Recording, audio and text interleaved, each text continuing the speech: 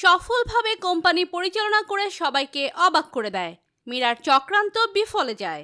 হ্যাঁ বন্ধুরা, আমরা এমনটা দেখতে পাবো চিরদিন তুমি যে আমার ধারাবাহিকের আগামী পর্বগুলোতে।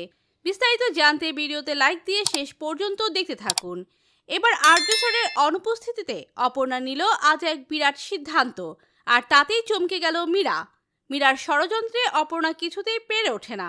অফিস একেবারে লসের রান করতে থাকে। কোম্পানির সমস্ত কর্মচারীরা তাদের পাওনা টাকা না পেলে কাজ করবে না বলে এমনটাই সিদ্ধান্ত নেয়। তাই তারা অফিসের বাইরে জমায়েত করতে থাকে। এই অবস্থায় অপর্ণা কি করবে ভেবে উঠতে পারে না।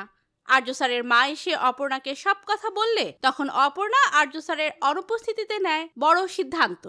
অফিসের ফাইলপত্র নিয়ে চলে যায় ব্যাংকে, আর সেখানে ম্যানেজারের হাতে ফাইল তুলে দিয়ে অপর্ণা বলে, এটা হলো আমাদের টেলিকম কোম্পানির অ্যাসেট।